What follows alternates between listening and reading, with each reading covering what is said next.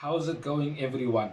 Premier League football back again, and we are back at Old Trafford where things under Michael Carrick have been going quite well with 3 wins out of 3 in his games at Old Trafford so far. But Crystal Palace are a tough test. The first leg, when we played against them at Selhurst Park, was under Ruben Amorim, and it certainly was a game that brought up a lot of questions. We came from behind, and that showed a sense of character. Xerxes scoring the equalizer, and Mason Mount as well scoring the winner from a free kick. Now, that in itself was good, but look where we are. Ruben Amorim is no longer there, and we are now 3 points clear, quite comfortable in the top four. But as I keep saying, we need to focus on ourselves. We need to win the games that is put in front of us. That is the only way we will finish in a Champions League position by the end of the season. Now, Oliver Glasner himself has said that he's going to be leaving Crystal Palace at the end of the season. The likes of Eze has left the club. Mark Gahey, their captain, in January went to Manchester City. So there is frailties, there is deficiencies, they have weaknesses, and we should be able to capitalize on this. Not just because of our confidence at Old Trafford and of course with us having this good run of form, being 10 games unbeaten, 5 wins in the last 6. Of course, the West Ham draw will still be there. That does not mean that Crystal Palace are going to come to Old Trafford with a bit of fear. They still have players that can cause problems, and they have players that tend to turn up against the big sides. The likes of Ismail Assar, Jeremy Pino, Adam Wharton, who is looked as a target for us in midfield to come.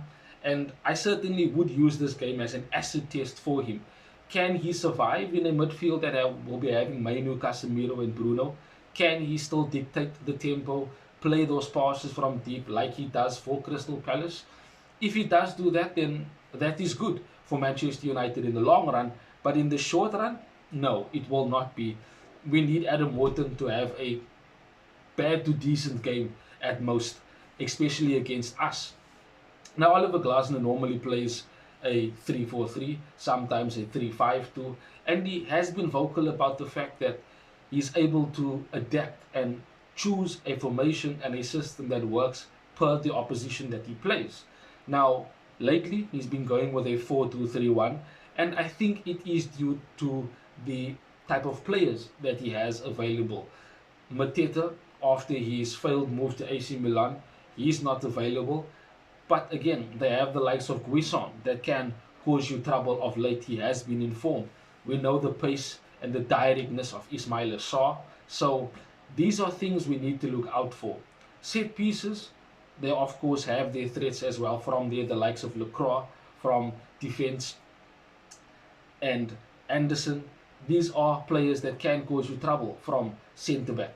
And of course, we know the little bit of a rotten apple that is Dean Henderson, that when it comes to games at Old Trafford, he always seems to turn up. So we're going to have to be at our very best in order to beat the likes of Dean Henderson in goal.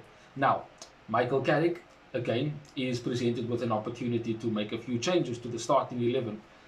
It has been reported that Martinez will be fit for this game. So if he is fit for this game, then I think he comes and starts next to Maguire.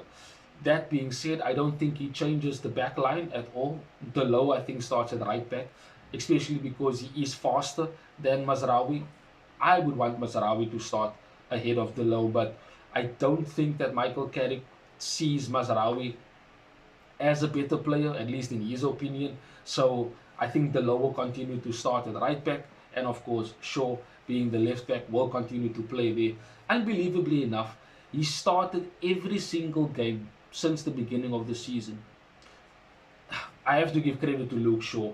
He has been fit, he has kept himself fit, and with that has been putting in good performances every single game. So it is good, and credit where credit is due. The midfield I already spoke about remains the same, and I do think, this is an opportunity for Michael Carrick to start Benjamin Sesko. He's got 7 goals in 5 games. You have to start Benjamin Sesko. You can't put him again on the bench. And let's be honest here, the likes of Joachim Anderson will be dealing with Humbumo, Cunha, Ahmad if they choose to be up front as that false nine. So Benjamin Sesko needs to start. He needs to occupy one of them, be that presence, as I keep saying, use his strengths that he has in terms of winning the ball in the air, his touches in terms of his link-up play, and of course, we know the searing pace that he has when he runs into the channels in behind. So Sesko must be starting this game. I'll be disappointed if Sesko doesn't start this game, because then I will be questioning Michael Carrick and his tactical flexibility when it comes to picking a team for whatever team we might be playing against. On the left hand side, Cunha, and on the right hand side, I want to see Mbumo there and give Ahmad a bit of a rest, and he can be a weapon from the bench, of course. Now, as I said, Michael Carrick needs to at least have 10 games before I can properly assess him in terms of, is he ready to be given the permanent job? Where will we be after 10 games? We can only but see, because we have Aston Villa that we still need to face. We still have to face Chelsea. So there are tough games coming up. Not to say that Crystal Palace isn't tough, but it's not as tough as the Aston Villa or Chelsea right now. So we must take it one game at a time.